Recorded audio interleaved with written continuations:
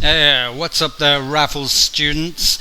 So, welcome to your virtual 3D Max lesson with me, your absentee lecturer, Mr. Miles Cummings. I'm so sorry I can't be with you today. As you know, maybe, I've had some problems with my back, particularly, which have put me in hospital for the past week.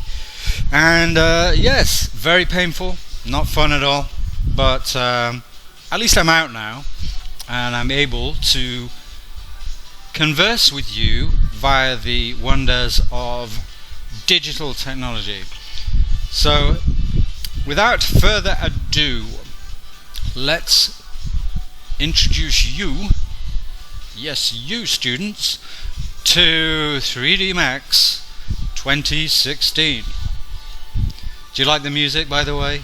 Yeah? If it's not to your taste, tough! It's my apartment. Oh, come on. So, anyway, alrighty. Let's get with the program. So, the program, as I say, is 3D Studio Max, and I'm just going to give you a little brief intro to the interface, the kind of way it works and stuff. This is not in depth, don't worry. I'm hopefully back next week and we're gonna get you up to speed, up to expert standard before you know it. That's the ambition. Okay, so 3D Studio Max kinda looks, hopefully when you boot it up, something like this, alright? Up here we have the usual, the menu bar with all the menus and stuff. This is like the guts of the program, really. Okay. This here toolbar, I'm not going to talk to you about this at the moment. This is the ribbon, basically.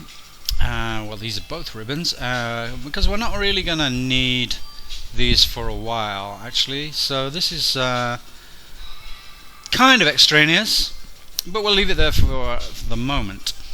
This ribbon below is a little more useful to us, so I will be talking about this. Okay, there are quite a few little tools and things that we're going to be using in here. But first, let's just look at these 4 windows here.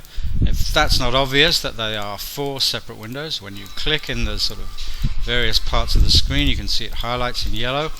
So these are viewports. Okay, viewports to the 3D world.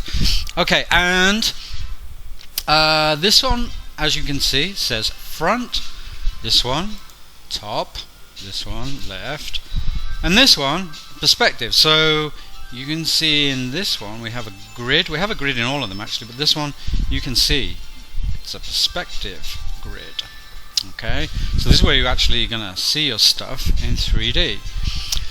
So let's just look over here on the right hand side. Here's where we have another part of the program where we actually kind of basically create stuff. This is the create panel, and at the moment you see here we have standard primitives, for example. Standard primitives are things like these, objects like boxes and cones and spheres and geospheres and cylinders and tubes and torus and pyramids. Well, okay, you can read, okay? Anyway, so if I choose, for example, a box, alright, click on box, it's highlighted in blue, and then I go into my perspective window here, okay, and I'm just going to click and hold the mouse button down and drag, and then I'm going to see, alright, it looks like I'm creating, to begin with, a square. That is going to be the base of my box, alright? So then I let go, and now I start to move the mouse again towards the screen this time, and as you can see now I'm basically pulling my 3D box up from the ground up. Okay, and there it is, my finished box. Now let's have a look at it from a few different angles. You see over here we have this little kind of gizmo-y, which is also a box, interestingly enough, and I can click on things like here and look at it from the left hand viewpoint. Okay, I can spin it around, look at it from the front. I can spin it around again, look at it from the right. I can move up to here to the top, and so on. So you get the gist of this. Alright, if I want to go back to the 3D view, I've got this little home symbol. There you go. Back to 3D perspective view. Now you'll notice here next to perspective it says realistic. Perspective realistic. That means obviously it's a realistic perspective, right? Yes, well done. But, and I'm just gonna move this down so you can see all of it. Alright, and I'm doing that by holding down the middle mouse button. Okay, I'm going to talk more about the movements and so on in a second, but just hold down the middle mouse button. You see the cursor change to a hand. Okay, and if you're lucky enough to have a middle mouse button that's also a scrolly wheel, which I think you should have, okay, you can scroll in and out and zoom towards and away, towards and away. Okay, you get the idea. Alright, so we can start to sort of manipulate our view into perspective. Okay, now it says perspective realistic. That means if I click and hold on here, you can see I have a bunch of stuff in here. Alright, we can go from realistic to shaded. Not a whole lot of difference between those two, perhaps, apparently. There are minor ones. Consistent colors. Edge faces, well, so you can see the edge outlined in white in this example. Okay, then things like facets, well, we're not seeing facets now because there are no polygons. Hidden line, we're not seeing that either. Wireframe. Wireframe's a pretty common one because it's useful when you're modeling stuff to actually be able to see through to other sides and where the edges begin and the corners, blah blah blah. Okay, those are the main ones actually. So I would say wireframe, probably, and shaded, or and shaded plus edged faces, which I'll come to more in a moment, and realistic plus edged faces. We can turn edge faces off, we don't need that just for the moment. So that's the default basically, perspective and realistic kind of going hand in hand. Maybe they'll get married. So let's have a look at the other views. The other views by default are all kind of set to wireframe, okay, which is why you're just kind of seeing an outline sitting in a view that has the grid still showing. And once again, I'm just clicking and holding on the middle mouse button to drag the view around in each particular viewport. Okay, now down here in the bottom corner, alright, we also have the same kind of tools, but accessible by the interface. So if you want to pan, for example, this little hand tool, and if you want to orbit around the sub-object, for example. Okay, now this is kind of interesting. If you look, I'm in the perspective view here, and the cursor changes as I roll over the object. Look, it's kind of like resembles one of those atomy things you used to see in science books, for my reckoning. If I roll off the object, you can see it's now like a sort of arrow, rotating clockwise arrow. Okay, so rolling over the object gives me basically axial rotation, or axial orbiting, whatever your preference, in all three axes, so I can kind of spin around very easily, look at all sides, top, bottom, whatever, okay. So by and large, and you'll see that at the moment, we're in this here yellow circle. Alright, if I roll the cursor over the little boxes that are at the sort of 12 o'clock, 3 o'clock, 6 o'clock, 9 o'clock positions, then you will notice that I can do the same kind of thing, but I'm constrained to, in this case, rotating around the Z axis. Okay, if I go here, I'm constrained to rotating around the X axis. You get the idea. Okay, so sometimes constraints are useful. We use them quite a bit in 3D. Alright, so that's the rotate orbit tool. These here, maximize viewport toggle, and now suddenly it takes over the whole screen. That particular view maximizes that viewport. Okay, I'm going to give you a tip here. Listen carefully. Listen carefully. Top tip. Okay, keyboard shortcuts are your friend. So Alt W, Alt W, Alt W. That's to say the Alt and the W key pressed together toggles between those two states, so max viewport, min viewport. Okay. Now I prefer, and I suggest you do the same to get speedy in 3D Max, that you sort of start to learn some of these keyboard shortcuts. So that's the first one, Alt W. It doesn't just work on the perspective view, it works on the active viewport. Alright, that is to say the one that you've highlighted by selecting it. Okay. What else do we have here? Zoom extents all selected. This will very quickly fill, as you can see, whatever's in the scene. At the moment we've just got the one box. It will extend it, zoom in if you like, to fill the screen essentially. Okay, in all four views. Alright, that's zoom extents all selected. Okay. Again, the zoom tools we have here, the zoom, exactly the same as I said earlier as the function of the middle mouse button. Okay, so you'll probably find it easier to use the mouse, but hey, it's nice to have options at any stage of your life. Alright, so yeah, so we've made a box. Okay, so what? So what? Well, come on. A minute ago you couldn't make anything. Alright, so here's my box. I'm just gonna go up to here. How do we select stuff? Here's the select and move tool. Okay, so I click on something with the select and move tool. It is selected. It doesn't have to be the select and move tool. Just so happens that kind of that's the one you will probably use the most. We also have select and rotate, for example. Okay, now select and move, let's just go back to that. As the name would suggest, allows you to select the object and move it around. And once again, and now I'm going to Alt W to full screen to allow me to see just the full screen size version of my cube. So we can look at this little thing here, alright, this gizmo, alright, which also indicates, by the way, something called the pivot point of this object, and we'll be talking a lot more about pivot points as we go along. Anyway, this is the pivot point, this is the gizmo for showing me the three axes, X, Y and Z axes, which relate to this particular 3D object. Okay, so its X axis is here along this direction, forward or back, and the Y, oops, and the Y, thank you very much, and the Z.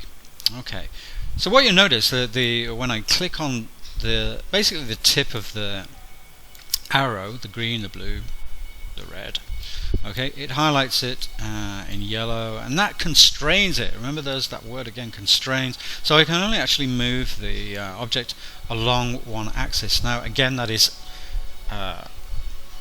perhaps something you're not going to be amazed by, but something that you will come to appreciate in time. Alright, if I want to move in more than one axis at any one time, I move into the box here, and you can see it highlighting both axes now. Alright, so now I can move in X and Y, Y and Z together at the same time. I can move now in, say, X and Y, yes, together at the same time. So I can basically move around in 3D space. Well, hey, if I go onto the very, very center, I can go where the hell I like. How crazy is this program?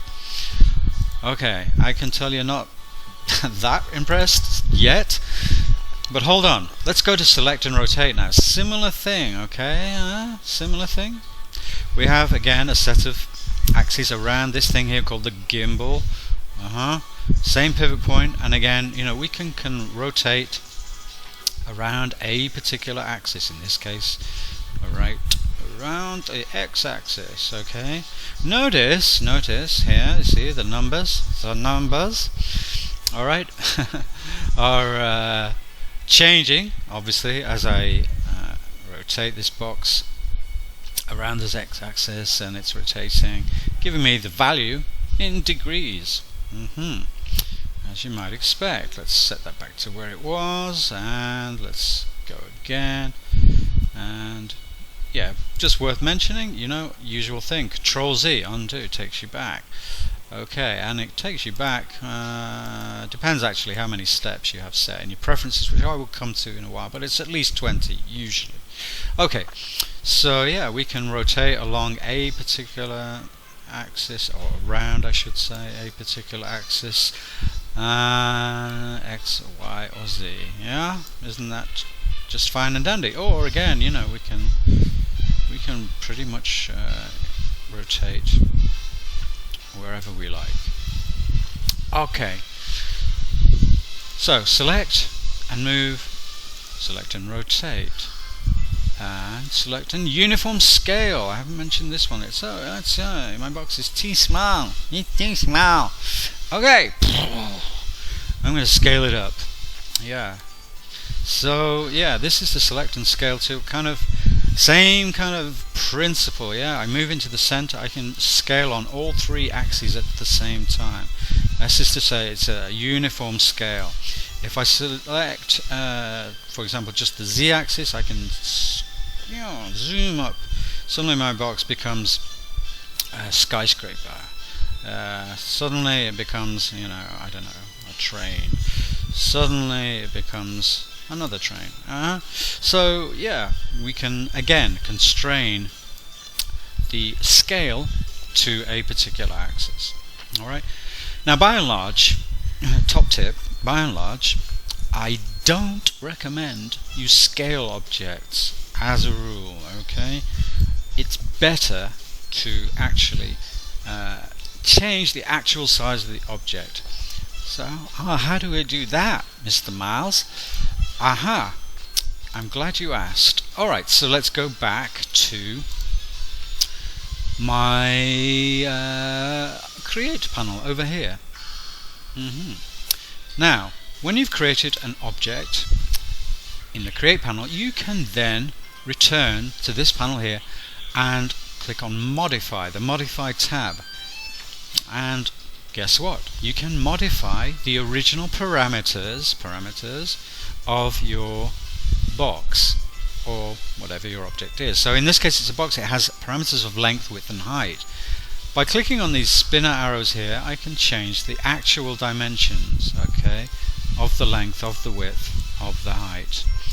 I can also, by the way, let's just talk about them while they're on the screen, increase the number of segments. Now you're not seeing anything at the moment because we're in realistic rendering mode, but if I turn on this, for example, edged faces, and start to increase the length segments, can you now see here we have 4 segments across the length. Okay, let's do the same for the width. 3 across the width. Let's do the same for the height. 2, 3. Okay, so now our box is basically subdivided into various segments, and that becomes something that is very useful later on when we start to create detail in our models. Alright, for the moment though, we don't really need that, so let's set those values back to 1. It's a good rule of thumb, a general principle, that is to say, that you keep your models as light as possible, and by that I don't mean that you make them out of something else like feathers or whatever. No, I'm talking about lightness in terms of the amount of information required for a particular object. So obviously if I start increasing the number of length segments and the width, and so I'm creating essentially a lot more polygons, and that's going to actually not matter a great deal at the moment, but if it's multiplied many times across a scene, then maybe later on it's going to become kind of a heavy model and slow you down, and you don't want to be a slow 3D modeler because you'll get fired when you get a job. Okay, so sorry, what else can I tell you at the moment? I guess you're probably bored to hell with boxes, right? Okay, fine, well, let's ding, he's gone, he's just history. Yes, that box is so gone. Alright, let's see what else we got in here in our box of standard primitives. Okay, let's just quickly run through some of these. We have a cone, for example, which has a radius. And by the way, when you create your object, you usually are able to see this here set of parameters at the time of creation. So you can, make something to a rough size or approximate size or whatever, and then go in and, tweak it. And it's worth mentioning, at the moment this radius of this thing is, 827.838 millimeters. So let's say I just want a straight 800. Okay, let's just type that in. Okay, and the height 2301, blah blah blah, whatever that is. So let's say it's just 2300. Thank you very much. Okay, again, height segments and cap segments and sides and things like that can all be changed. We've also got this here option for smoothing, okay, which makes it appear as though the object is nice and smooth even when it actually isn't. And as a pièce de résistance, you're gonna love this, we have a thing called the slice, and we can turn that on, slice on, and we can slice the object and slice from, slice to. And what's happening? Is not slicing? What the hell? Come on. Well, I'm befuddled there. What has happened to my cone? I'm going to make a new one. And there we go. It's a bit blocky, so let's increase the number of size. Okay, let's turn on slice now and try it with this one. There we go. I don't know why that wasn't working before. Naughty 3D Max. Okay, but now you can see I'm slicing from the, let's say, 270 degree mark. Okay, and then I'm slicing to, well, let's say it's to the, 180, something like that. So then we end up with, a quarter cone, basically. Alright. Funky, huh? You're getting more interested now, I guess, huh? Oh no? Okay. Alright, well, I don't know. You can please some of the people some of the time. Let's have a look at that good old sphere. Okay. You can increase your sphere of influence. Alright, so a sphere is pretty much a sphere, what to say about spheres? I mean, again, yes, you can have lots of segments to kind of smooth them out with the smooth check. I don't know if you can see that, but let's make it a little more faceted. You might see a little better. That with smoothing and without. Without. You get that? Looks kind of more like a golf ball without. Then we have a little hemisphere option, so we can do this kind of thing. And you can choose, is this a chopped hemisphere or is it a squashed hemisphere? What's the difference, Miles? It kind of looks the same. Well, look carefully, people. You see the number of segments here. Look how they behave. Look how they behave, you see? Do you get it now? Yeah? So the segments are becoming infinitely more dense as I decrease the size. They're staying the same number. Yes, you got it. Good. I thought you were smart. Okay. So, sorry. And yeah, what else can we do with spheres? We can do the same as we did before with our cone. We can, look, an apple segment. Yes, an apple segment, and we can spin that around, look at it from all angles. Do you like that? I thought you would. So yes, lots and lots of goodies really kind of tucked away in these standard primitives. I bet they've got an inferiority complex with a name like that. Yeah, so much more poorer than your brothers and cousins in the extended primitives box, like the hedras and the chamfer cylinders and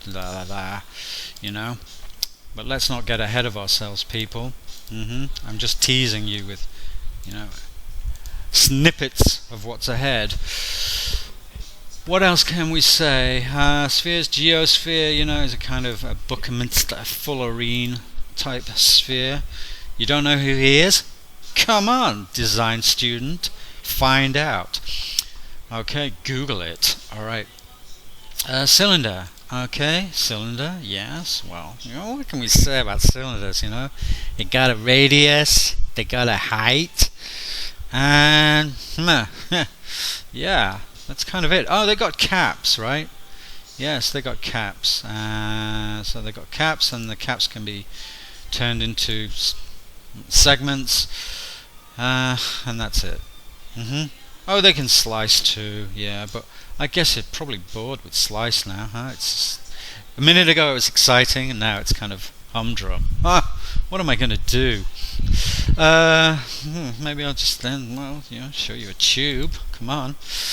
Well, tube's kind of, same as a cylinder really, except it's got, two radius. And, you can still do the slice thing. If that appeals to you anymore.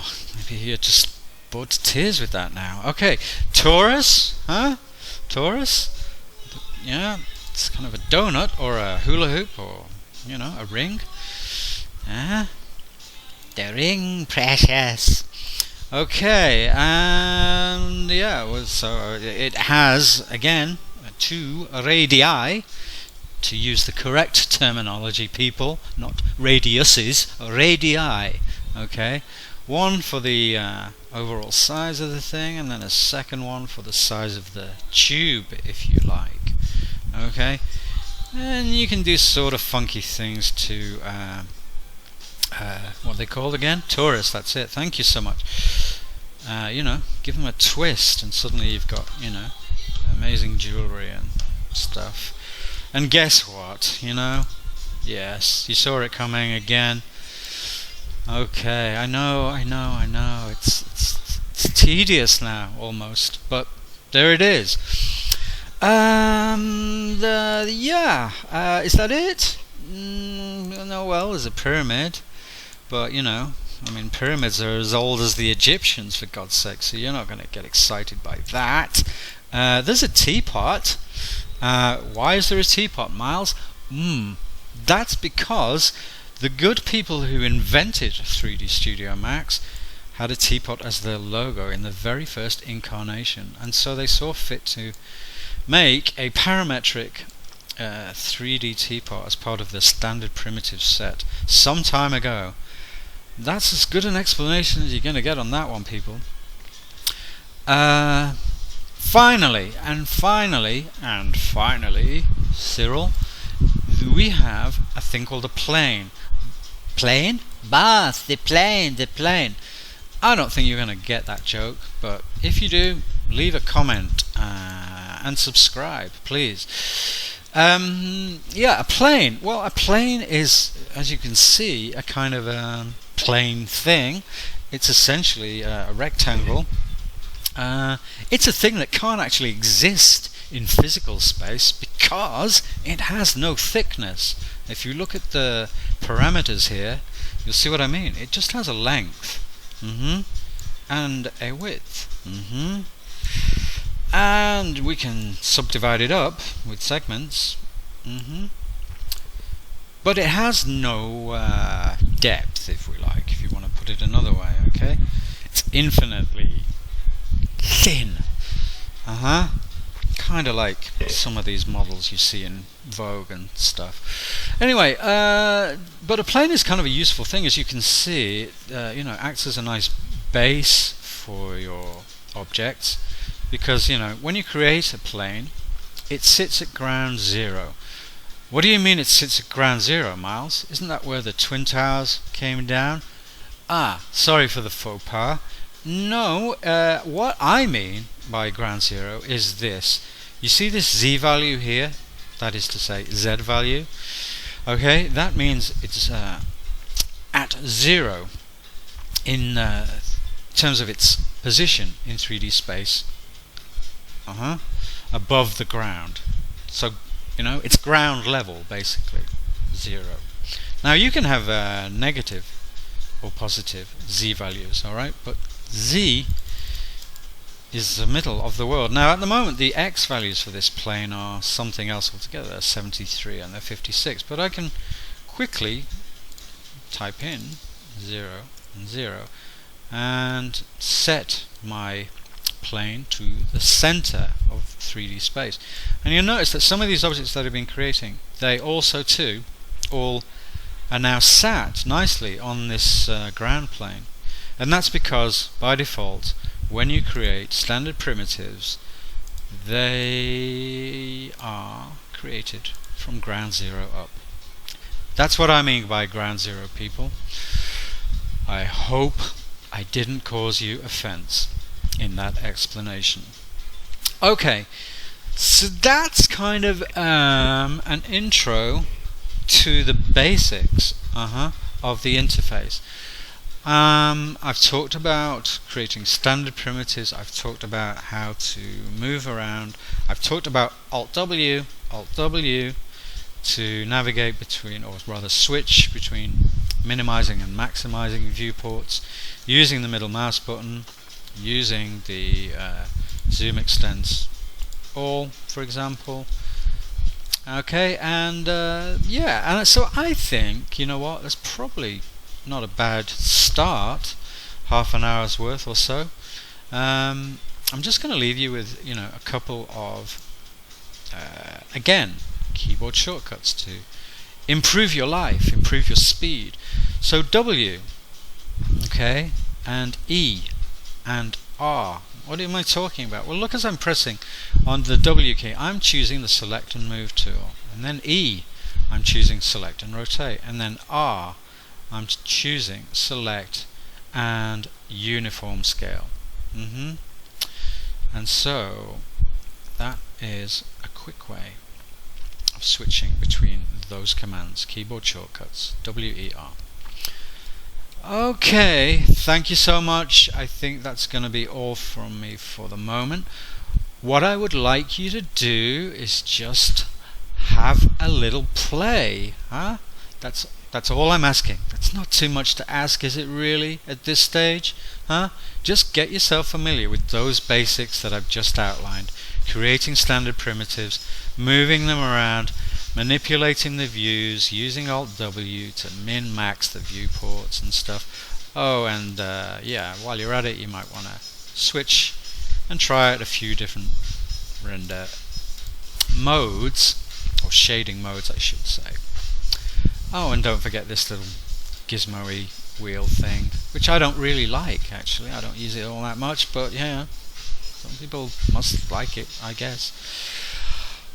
Anyway, alright, so that's your intro to 3D Max from me, the 3D Meister, Mr. Miles Cummings. I hope you've enjoyed this lesson. I hope you're going to hit that like and subscribe button, people. Any questions, just fire them down in the comments below, and I'll get back to you soon. Take it easy, and I'll see you the next time.